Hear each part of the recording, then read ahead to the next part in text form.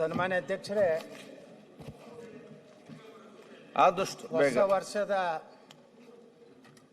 ಮೊದಲ ಅಧಿವೇಶನದಲ್ಲಿ ಕರ್ನಾಟಕದ ರಾಜ್ಯಪಾಲರ ಭಾಷಣದ ಮುಖಾಂತರ ಯಾವುದೇ ಒಂದು ಸರ್ಕಾರ ಮುಂದೆ ಬರುವಂಥ ದಿವಸಗಳಲ್ಲಿ ಏನು ಅಭಿವೃದ್ಧಿಯನ್ನು ಮಾಡ್ತೀವಿ, ಯಾವ ರೀತಿ ಕರ್ನಾಟಕವನ್ನು ನಾವು ಅಭಿವೃದ್ಧಿ ಪಥದಲ್ಲಿ ಒಯ್ತೀವಿ ಅನ್ನೋಂಥ ಒಂದು ವಿಚಾರವನ್ನು ಹೇಳುವಂಥದ್ರ ಸಲುವಾಗಿ ಗೌರವಾನ್ವಿತ ರಾಜ್ಯಪಾಲರಿಂದ ಭಾಷಣವನ್ನು ಮಾಡಿಸುವಂಥ ಒಂದು ಸಂಪ್ರದಾಯ ಇದೆ. ಆದರೆ ಯಾವುದೇ ಸರ್ಕಾರ ಇರ್ಬೋದು, ಯಾವುದೇ ರೀತಿಯಿಂದ ಕೇವಲ ಸಂಘರ್ಷದ ಹಾದಿ ಹಿಡಿಯದೆ ಏನೋ ಈ ಒಂದು ರಾಜ್ಯಪಾಲರ ವಂದನಾ ನಿರ್ಣಯದ ಅನುಮೋದನೆ ಮಾಡಿದಂಥವ್ರು ಇವತ್ತು ತಮ್ಮ ಭಾಷಣದಲ್ಲಿ ಪ್ರಾರಂಭ ಮಾಡಿದ್ರು. ಬಣ್ಣಣ್ಣವರು ಇದೊಂದು ಸಹಕಾರಿ ಒಕ್ಕೂಟ, ರಾಜ್ಯ ಮತ್ತು ಕೇಂದ್ರದ ನಡುವೆ ಒಂದು ಒಳ್ಳೆಯ ಸಂಬಂಧ ಇರಬೇಕು, ರಾಜಕೀಯವಾಗಿ ವಿಧಾನಸಭೆ ಲೋಕಸಭೆ ಹೊರಗಡೆ ನಮ್ಮ ಹೋರಾಟ ನಮ್ಮ ಸಂಘರ್ಷಗಳೇ ಇರಬೇಕು ವಿನಃ ಒಂದು ಸರ್ಕಾರ ಅಂದರೆ ಅದು ರಾಜ್ಯ ಸರ್ಕಾರ ಆಗಲಿ ಕೇಂದ್ರ ಸರ್ಕಾರ ಆಗಲಿ ಎರಡು ಕೆಲವೊಂದು ಸಮಸ್ಯೆಗಳಿದ್ದರೂ ಸಹ ಅದನ್ನು ಯಾವ ಮಟ್ಟದಲ್ಲಿ ಚರ್ಚೆ ಮಾಡಬೇಕು, ಯಾವ ಮಟ್ಟದಲ್ಲಿ ಅದನ್ನು ಸಮಸ್ಯೆಗಳನ್ನು ಪರಿಹಾರ ಮಾಡಿಕೊಳ್ಳಬೇಕು ಅನ್ನುವಂಥ ಒಂದು ಚರ್ಚೆ, ಆರೋಗ್ಯಕರವಾದಂಥ ಚರ್ಚೆ ನಮ್ಮ ರಾಜ್ಯಪಾಲರ ಭಾಷಣದಲ್ಲಿ ಬರಬೇಕಾಗಿತ್ತು. ಅಧ್ಯಕ್ಷರೇ, ಇವತ್ತು ನಮ್ಮ ಸರ್ಕಾರ, ಯಾಕಂದ್ರೆ ನಮ್ಮ ಸರ್ಕಾರ ಅಂತ ಹೇಳ್ತೇನೆ, ಸರ್ಕಾರ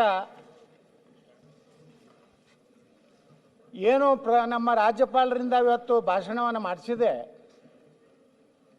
ಆ ಭಾಷಣದಲ್ಲಿ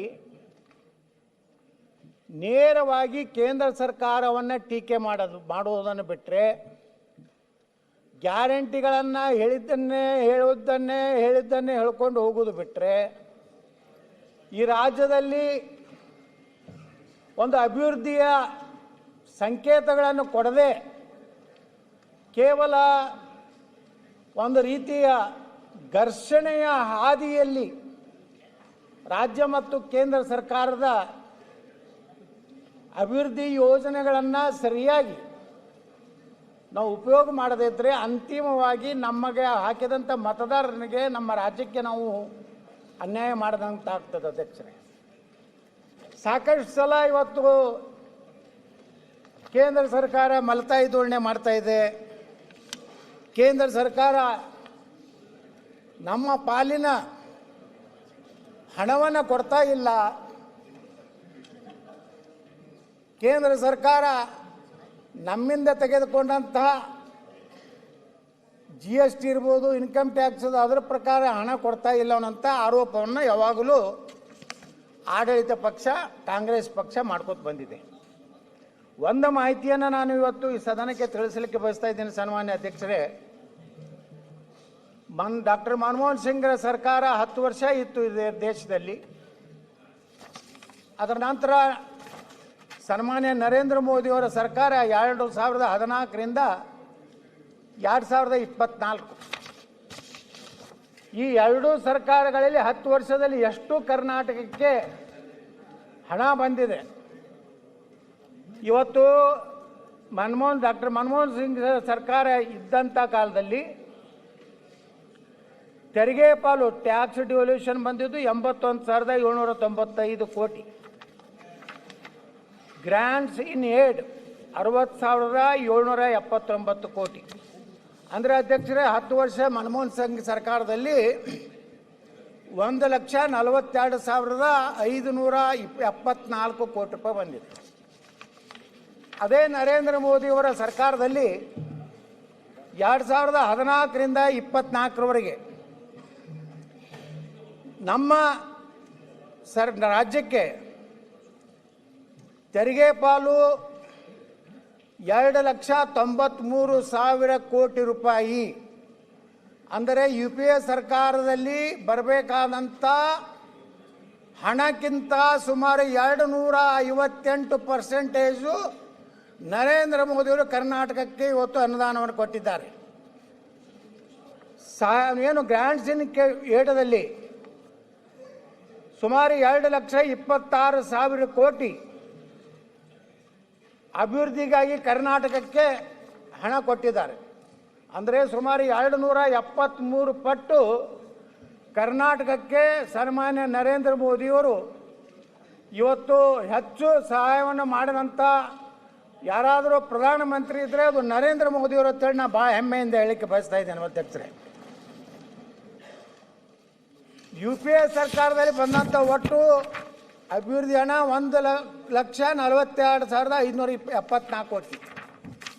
ನರೇಂದ್ರ ಮೋದಿಯವರು 10 ವರ್ಷದಲ್ಲಿ ಬಂದಂಥ ಅಭಿವೃದ್ಧಿ ಹಣ 5,19,000 ಕೋಟಿ. ಇದು ಅಂಕೆ ಸಂಖ್ಯೆಗಳು ಕೇಂದ್ರ ಸರ್ಕಾರ ಕೊಟ್ಟಂಥ ಅಂಕೆ, ಏನು ನನ್ನ ಮನೆಯಲ್ಲಿ ತಯಾರು ಮಾಡೋದಂಥದ್ದಲ್ಲ. ಇವತ್ತು ನರೇಂದ್ರ ಮೋದಿಯವರ ಬಗ್ಗೆ ಆಗಲಿ ಕೇಂದ್ರ ಸರ್ಕಾರದಲ್ಲಿ ಆಗಲಿ ಇವತ್ತೊಂದು ಸರ್ವೆ ಮಾಡಿದ್ದಾರೆ ಅಧ್ಯಕ್ಷರು, ಇವತ್ತೇ ಬಂದಿದೆ ಪತ್ರಿಕೆಯಲ್ಲಿ. ಇಂದು ಚುನಾವಣೆ ನಡೆದರೆ NDAಗೆ 352 ಸ್ಥಾನಗಳು ಭಾರತದಲ್ಲಿ ಸಿಗ್ತವೆ. ನೀವು ಸುಳ್ಳು ಅಪಪ್ರಚಾರ ಮಾಡಿದ್ರೆ ಈ ದೇಶದ ಜನ ನರೇಂದ್ರ ಮೋದಿಯನ್ನು ಬಿಟ್ಟು ಕೊಡುವಂಥ ಪ್ರಶ್ನೆ ಈ ದೇಶದಲ್ಲಿ ಇಲ್ಲ ಅನ್ನುವಂಥ ಮಾತನ್ನು ನಾನು ಭಾಳ ಸ್ಪಷ್ಟವಾಗಿ ಹೇಳಕ್ಕೆ ಬಯಸ್ತಾ ಇದ್ದೇನೆ. ಇವತ್ತು 352 ಲೋಕಸಭೆಗಳನ್ನು ಗೆಲ್ಲುವುದರ ಮೂಲಕ ಕಾಂಗ್ರೆಸ್ ಮತ್ತೆ ಕೇವಲ 80 ಸೀಟ್ಗಳು ಗೆಲ್ಲಲಿಕ್ಕೆ ಸಾಧ್ಯ ಇದೆ ಅನ್ನುವಂಥ ಮಾತನ್ನು ಇವತ್ತು ಹೇಳಿದ್ದಾರೆ. ಆದರೆ ಅನೇಕರು ನಮ್ಮ ಭಾರತೀಯ ಜನತಾ ಪಾರ್ಟಿ ಮಿತ್ರರು ಕೇಂದ್ರ ಸರ್ಕಾರವನ್ನು ನರೇಂದ್ರ ಮೋದಿಯವರನ್ನು ಹೊಗಳೋದು. ಹಾಗಾದರೆ ಕರ್ನಾಟಕದಲ್ಲಿ ಯಾಕೆ ನರೇಂದ್ರ ಮೋದಿಯವರ ಮಾಡೆಲನ್ನು ಅನ್ವಯವನ್ನು ನಮ್ಮ ಭಾರತೀಯ ಜನತಾ ಪಾರ್ಟಿ ಅನ್ವಯಿಸಲಿಲ್ಲ? ಇಲ್ಲಿ ಸಾಕಷ್ಟು ಭ್ರಷ್ಟಾಚಾರ, ಸರಿಯಾದ ಆಡಳಿತ ಇಲ್ಲಾರ್ದಕ್ಕೆ ಬರೀ ನರೇಂದ್ರ ಮೋದಿಯವರು ಬರೀ ಕೇವಲ ಕೇಂದ್ರ ಸರ್ಕಾರಕ್ಕಲ್ಲ, ರಾಜ್ಯದಲ್ಲಿಯೂ ನರೇಂದ್ರ ಮೋದಿ ಅಂತ ಒಂದು ಸರ್ಕಾರ ಈ ರಾಜ್ಯದಲ್ಲಿ ಬರಬೇಕನ್ನುತ್ತಾ ಜನರ ಅಪೇಕ್ಷೆ ಇತ್ತು. ಆದರೆ ನರೇಂದ್ರ ಮೋದಿಯವರನ್ನು ಹೋಲುವಂಥವ್ರು ಕರ್ನಾಟಕ ರಾಜ್ಯದಲ್ಲಿ ಕೆಲಸ ಮಾಡದೇ ಇರೋದು ಪರಿಣಾಮವಾಗಿ ಇಲ್ಲಿ 56 ಸೀಟಿಗೆ ನಾವು ಬಂದು ಕೂತಿದ್ದೀವಿ. ಕೇವಲ ಕೇಂದ್ರ ಸರ್ಕಾರ ಹೊಗಳೋದ್ರಿಂದ ಹೊಟ್ಟೆ ತುಂಬುವುದಿಲ್ಲ. ಇವತ್ತು ನಮ್ಮ ರಾಜ್ಯದ ಮುಖ್ಯಮಂತ್ರಿಗಳು ಭಾಳ ಅನುಭವಿಗಳಿದ್ದಾರೆ, ಅನೇಕ ಹಿರಿಯ ಸಚಿವರು ಅದ್ದಾರೆ. ಅವರು ಈ ಅವಧಿ ಇಲ್ಲ ಅಥವಾ ಮುಂದಿನ ಅವಧಿ ರಾಜಕೀಯದಿಂದ ವಿಶ್ರಾಂತಿ ಜೀವನಕ್ಕೆ ಹೋಗ್ಬೋದು. ಆದರೂ ಒಂದು ವಿನಂತಿಯನ್ನು ಮಾಡ್ಕೋತೀನಿ, ಇವತ್ತು ಹೋಗುವ ಕಾಲದಲ್ಲಿ ರಾಜ್ಯದ ಜನರಿಗೆ ಇವತ್ತು ನ್ಯಾಯಯುತವಾಗಿ ಸಿಗಬೇಕಾದಂಥ ಅಭಿವೃದ್ಧಿ ಆಗಲಿ, ಘರ್ಷಣೆ ಇರಲಾರ್ದೇ ಇವತ್ತು ನಮ್ಮ ರಾಜ್ಯದ ಅಭಿವೃದ್ಧಿಯನ್ನು ಮಾಡಬೇಕಾದಂಥ ಜವಾಬ್ದಾರಿ ಭಾಳ ದೊಡ್ಡ ಜವಾಬ್ದಾರಿ ಇದೆ. ಆದರೆ ಅದು ಆಗ್ತಾಯಿಲ್ಲ ಅಧ್ಯಕ್ಷರೇ. ಇವತ್ತು ನೋಡಿ, ನಿನ್ನೆ ಗುತ್ತಿಗೆದಾರರ ಸಂಘದವರು ಪತ್ರಿಕಾಗೋಷ್ಠಿಯನ್ನು ಮಾಡಿ ಏನು ಹೇಳ್ತಾರೆ ಅಂದರೆ, ನಿನ್ನೆನೆ kickbacks doubled under your government, contractors write to Siddu. ಈ ರೀತಿ ಭ್ರಷ್ಟಾಚಾರ ದಿನದಿಂದ ದಿನಕ್ಕೆ ಒಂದು ಸರ್ಕಾರದಿಂದ ಒಂದು ಸರ್ಕಾರಕ್ಕೆ ಏರ್ತಾನೆ ಹೋಗ್ತಾ ಇದೆ. ಅವಾಗ ಬೊಮ್ಮಾಯಿ ಸರ್ಕಾರ ಇದ್ದಾಗ 40% ಸರ್ಕಾರ 40 CM ಏನೋ 40 CM ಸರ್ಕಾರ ಅಂತೇಳಿ ಅಪವಾದ ಮಾಡ್ತಿದ್ರು, ಟೀಕೆ ಮಾಡ್ತಿದ್ರು.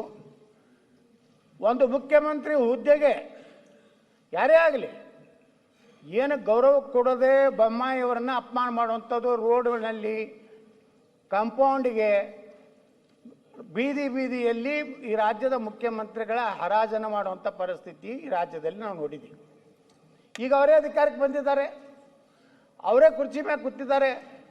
ಆ 40% ಅಂತ ನೀವೇನು ಹೇಳ್ತಾ ಇದ್ರಲ್ಲ, ಆ 40ರಿಂದ 100ಕ್ಕೆ 100 ಭ್ರಷ್ಟಾಚಾರ ಅಂತ ಹೋಗೋದು ಸಾಧ್ಯ ಇಲ್ಲ. ಇದನ್ನು ಯಾರೂ ನಾನು 100ಕ್ಕೆ 100 ಒಳ್ಳೆಯ ಸರ್ಕಾರ ಕೊಡ್ತೀನಿ ಅನ್ನೋಂಥ ಪರಿಸ್ಥಿತಿ ರಾಜ್ಯದಲ್ಲಿ ಯಾರ್ದೂ ಇಲ್ಲ. ನಾವು ಒಪ್ಕೋತೀನಿ. ಆದರೆ 40% ಅಂತ ನೀವೇ ಏನು ಟೀಕೆ ಮಾಡಿದ್ರಲ್ಲ, ಅದಕ್ಕಿಂತ ಕಡಿಮೆ ಮಾಡುವಂಥ ಪ್ರಯತ್ನ ಏನು ಮಾಡಿದ್ರಿ? ಅವಾಗ ಯಾರೋ ಒಬ್ಬ ಕಾಂಟ್ರಾಕ್ಟ್ ಗುತ್ತಿಗೆದಾರ ದಿನಾಲೂ BJP ವಿರುದ್ಧ, ಅವಾಗ ಎಷ್ಟು ಅವ್ರ ಬಗ್ಗೆ ಕಳಕಳಿ.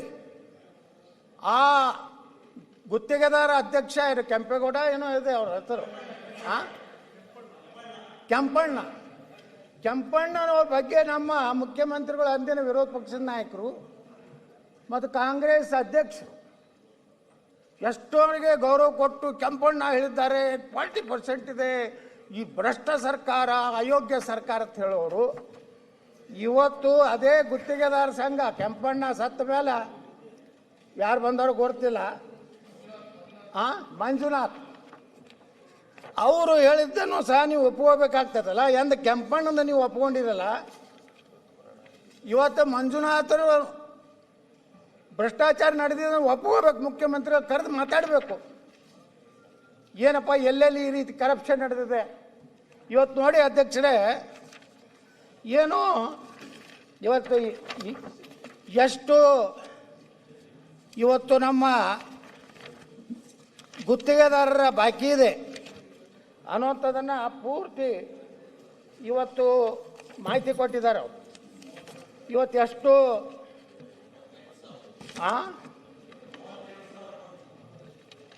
38,000 ಕೋಟಿ ರೂಪಾಯಿ ಇವತ್ತು ಬಾಕಿ ಇದೆ.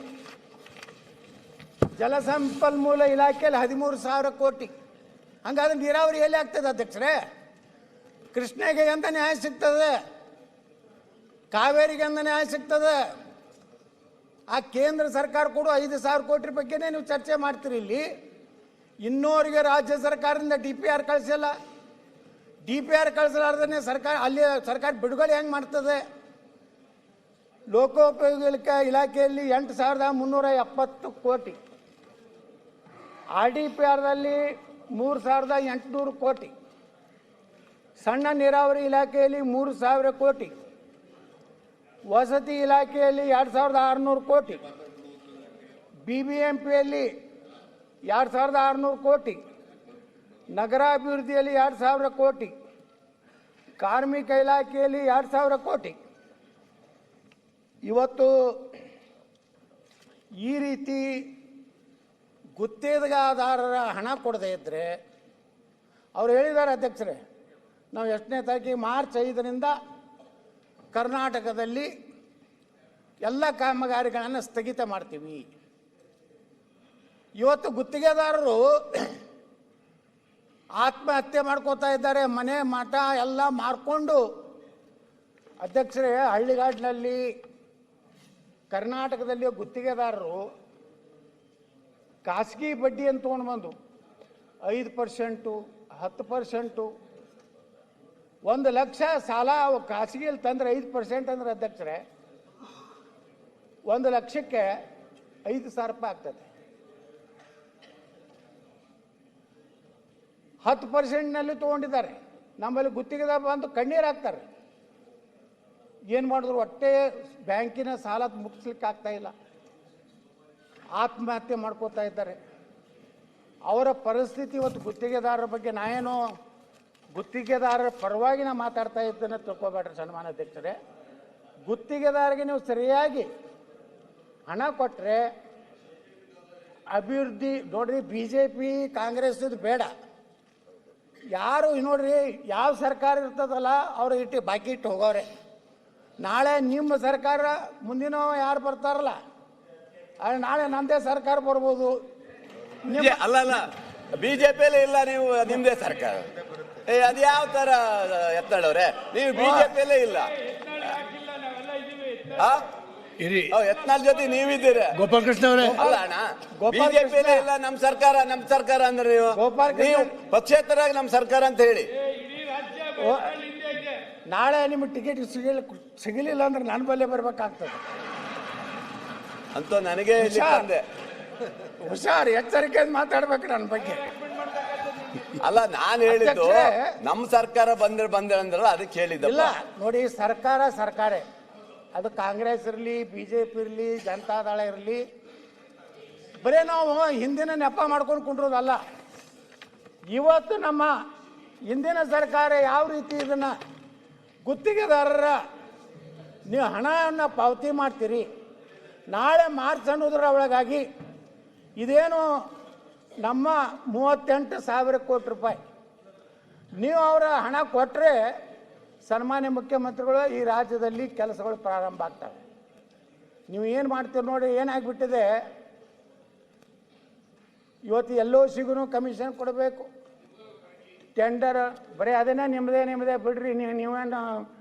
ನೀವು ಮಾಡಿರಿ, ನಾವು ಮಾಡಿವಿ, ನಾವು ಮಾಡಿಲ್ಲ ಅಂತ ಹೇಳಿಲ್ಲ, ನಾವು ಭಾಳ ಪ್ರಾಮಾಣಿಕ ಇದ್ದೀವತ್ತು ಏನು ಹೇಳಿಲ್ಲ. ನಾ ಹೇಳಿದೆ ಈಗ ಕೆಲವೊಂದು ಮಂದಿ ನರೇಂದ್ರ ಮೋದಿ ಅವ್ರನ್ನ ಹೊಗಳಿದ್ರು. ಹಾಗಾದ್ರೆ ನೀವು ಕರ್ನಾಟಕದಾಗ ಯಾಕೆ ಮಾಡಲಿಲ್ಲಪ್ಪ, ನರೇಂದ್ರ ಮೋದಿ ಅಂತ ಸರ್ಕಾರ ಯಾಕೆ ಕೊಡಲಿಲ್ಲ ರಾಜ್ಯದಾಗ? ಕೊಟ್ಟಿದ್ರೆ 20 ವರ್ಷ ನಮ್ಮ ಸಿದ್ದರಾಮಯ್ಯ ಮುಖ್ಯಮಂತ್ರಿನೇ ಆಗ್ತಿದ್ರು, ನಾವೇ ಇರ್ತಿದ್ವಿ. ಆದ್ರೆ ಏನು ಮಾಡೋದು, ತಪ್ಪು ಯಾರು ಮಾಡಿದ್ರು ತಪ್ಪಿಗೆ ನಾನೇನು ಈ ಕಡೆ ಮಾತಾಡೋದು ಆ ಕಡೆ ಮಾತಾಡೋದಿಲ್ಲ. ನಾನು ನೇರವಾಗಿಯೇ ಮಾತಾಡ್ತೀನಿ. ನಾ ಮುಖ್ಯಮಂತ್ರಿಗಳಿಗೆ ವಿನಂತಿ ಮಾಡ್ಕೋತೀನಿ, ನೀವು ಈ ಗುತ್ತಿಗೆದಾರರ ಮಾಂಗಲ್ಯವನ್ನು ಉಳಿಸುವಂಥ ಕೆಲಸ ಮಾಡಿ.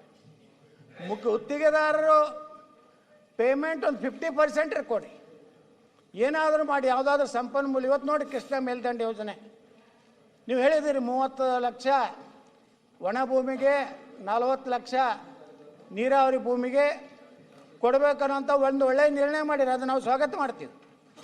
ಆದರೆ ಅದ್ರ ಜೊತೆಗೆ ಆ ಹಣ ಕೊಟ್ಟು ರೈತರನ್ನ ಒಂದೇ ಕಂತಿನಲ್ಲಿ ಕೊಡುವಂಥ ಒಂದು ಮಾತನ್ನು ಹೇಳಿದ್ದೀರಿ. ನೀವು ಒಂದು ಕಡೆ ಒಂದೇ ಕಂತಿನಲ್ಲಿ ಜಮೀನು ಹಣ ಕೊಡಬೇಕಾದ್ರೆ ಆಲಮಟ್ಟಿಯ 524.256 ಎತ್ತರದ ಕಾಮಗಾರಿಯನ್ನು ಸಮಾನವಾಗಿ ತಗೋಬೇಕಾದ್ರೆ ಗುತ್ತಿಗೆದಾರರ ಪೇಮೆಂಟ್ ಬಗ್ಗೆ ಸರ್ಕಾರ ತಮ್ಮ ಉತ್ತರದಲ್ಲಿ ನಾವು ಹೇಳಬೇಕು ಅನ್ನೋಂಥ ವಿನಂತಿಯನ್ನು ಮಾಡ್ಕೋತಾ ಇದ್ದೀನಿ. ಅಧ್ಯಕ್ಷರೇ, ಇವತ್ತು ವ್ಯವಸ್ಥೆ ಯಾರು ಅಹಿಂದ ಅಂಥೇಳಿ ನಾವು ನಾಯಕರಂತೇಳಿ ನಮ್ಮ ಮುಖ್ಯಮಂತ್ರಿಗಳು ಹೇಳ್ಕೋತಾರೆ. ಇವತ್ತು ಅಹಿಂದ ನಮ್ಮ SCP TSP ಸುಮಾರು 30,000 ಸಮೀಪ ಕೋಟಿ, 30,000 ಕೋಟಿ ಸಮೀಪ, 40,000 ಕೋಟಿ ರೂಪಾಯಿ ಸಮೀಪ ನೀವು SCP TSP ಹಣವನ್ನು ಗ್ಯಾರಂಟಿ ಯೋಜನೆಗೆ ಇವತ್ತು ವರ್ಗಾವಣೆ ಮಾಡಿರಿ. ಹಾಗಾದರೆ 40,000 ಕೋಟಿ ಹಣ ಏನು ನಮ್ಮ ಪರಿಶಿಷ್ಟ ಜಾತಿ ಪರಿಶಿಷ್ಟ ಪಂಗಡದ ಜನಾಂಗದವ್ರಿಗೆ ಹೋಗಬೇಕಾಗಿತ್ತು. ಅವರು ಆರ್ಥಿಕವಾಗಿ ಶೈಕ್ಷಣಿಕವಾಗಿ ಅವರು ಸಹ ಸಮಾಜದಲ್ಲಿ ಸಮಾನತೆಯಿಂದ ನೆಮ್ಮದಿಯಿಂದ ಜೀವನ ಮಾಡಬೇಕಾದಂಥ 40,000 ಕೋಟಿ ರೂಪಾಯಿ ಇವತ್ತು ನೀವು ಡೈವರ್ಟ್ ಮಾಡಿದ್ರಿಂದ ಈ ರಾಜ್ಯದ ಪರಿಶಿಷ್ಟ ಜಾತಿ ಪರಿಶಿಷ್ಟ ಪಂಗಡದ ಇವತ್ತು ಸಮುದಾಯಗಳಿಗೆ ನಿಮ್ಮ ಕೈಯಲ್ಲೇ ನೀವೇ ಸಾಮಾಜಿಕ ನ್ಯಾಯ ತಿಳ್ಕೊಂಡಿದ್ದೀರಿ.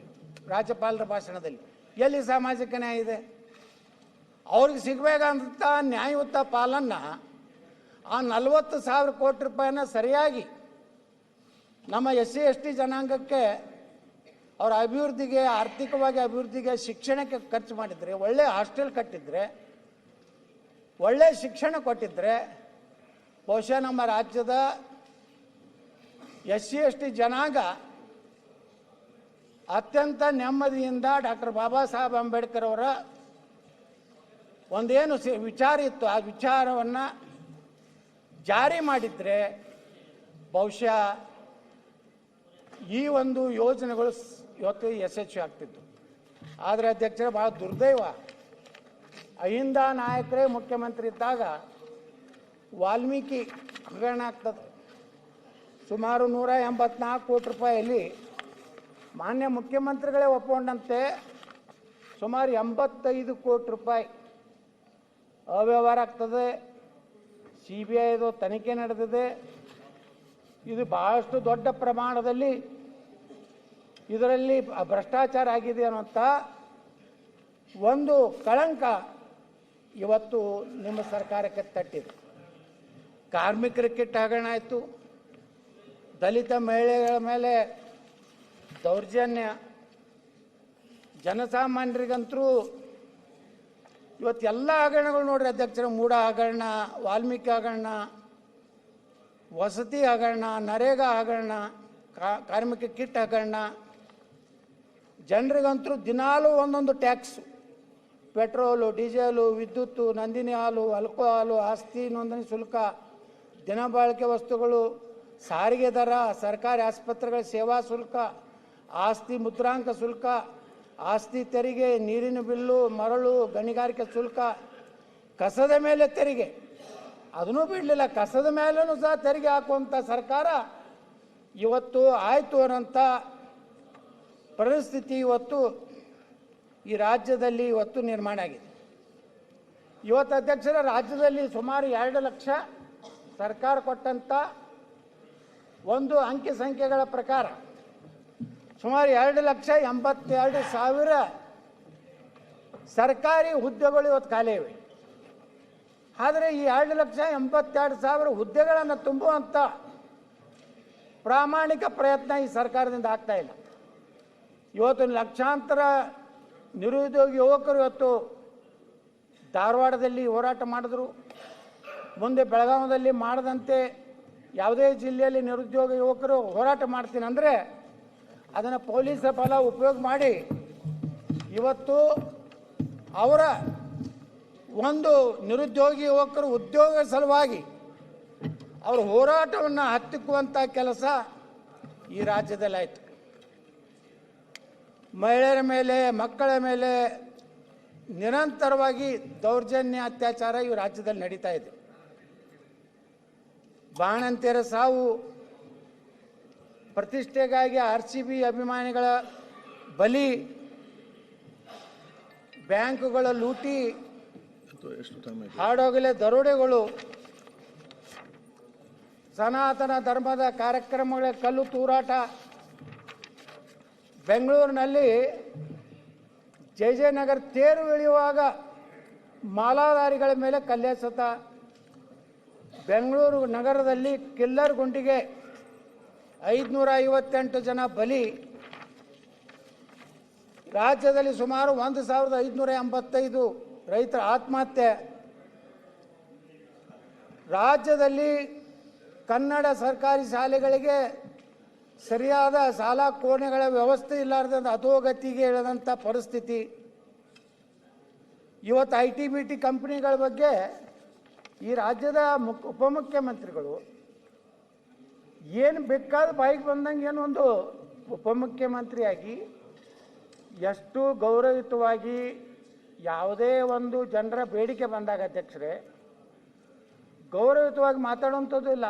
ಈ ಒಂದು ಕಡೆ ಹೇಳ್ತಾರೆ ನೀವು ಅಜೀಂ ಪ್ರೇಮ್ಜಿ ಅವರು ಸುಮಾರು 1,500 ಕೋಟಿ ರೂಪಾಯಿ ಇವತ್ತು ಮೊಟ್ಟೆ ಖರೀದಿಗೆ ಈ ರಾಜ್ಯ ಸರ್ಕಾರಕ್ಕೆ ಸಹಾಯ ಮಾಡಿದ್ದಾರೆ. ಅವರಿಗೆ ನೀವು ಹೇಳ್ತೀರಿ ಕಿರಣ್ ಮಜುಮ್ದಾರ್ ಅವ್ರಿಗೆ ಏನು ಮೋಹನ್ ದಾಸ್ ಪೈ ಅವರಿಗೆ ಹುಷಾರ್, ಭಾಳ ಮಾತಾಡಿದ್ರೆ ಕಿತ್ಕೊಂಡು ಹೋಗ್ತಿದ್ರು. ಹೋಗಿ ಯಾವುದೋ ಒಂದು ಬಡಾವಣೆಯವರು ನೀರು ಬಿಡಿದ್ರೆ ನನಗೆ ಗೊತ್ತಿದೆ ಇದೆಲ್ಲ ನನ್ನ ಮುಂದೆ ಆಟ ನಡೆಯೋದಿಲ್ಲ, ಗುತ್ತಿಗೆದಾರರಿಗೆ ಬೆದರಿಕೆ, ಈ ರೀತಿ ಒಬ್ಬ ಜವಾಬ್ದಾರಿಯುತವಾದಂತಹ ಒಂದು ಸ್ಥಾನದಲ್ಲಿರೋರು ಯಾವ ರೀತಿ ಜನಸಾಮಾನ್ಯರ ಜೊತೆಗೆ ಜನರ ಸಮಸ್ಯೆಗಳಿಗೆ ಸ್ಪಂದನೆಯನ್ನು ಮಾಡಬೇಕು ಅನ್ನೋಂಥ ಒಂದು ಪರಿಸ್ಥಿತಿ ಇವತ್ತು ಸರ್ಕಾರದಲ್ಲಿ ಇರದೇ ಇರೋದ್ರಿಂದ ಒಂದು ಕಡೆ ನೀವು ಹೇಳ್ಕೊತೀರಿ ನಮ್ಮ ಸರ್ಕಾರ ಪಾರದರ್ಶಕ, ಅತ್ಯಂತ ಇಡೀ ದೇಶದಲ್ಲಿರುವಂಥ ಅನೇಕ ಸಂಸ್ಥೆಗಳು ನಮಗೆ ಅನೇಕ ಸರ್ವೆ ಪ್ರಕಾರ ನಮಗೆ ಭಾಳ ಒಳ್ಳೆ ನೋಡ್ರಿ,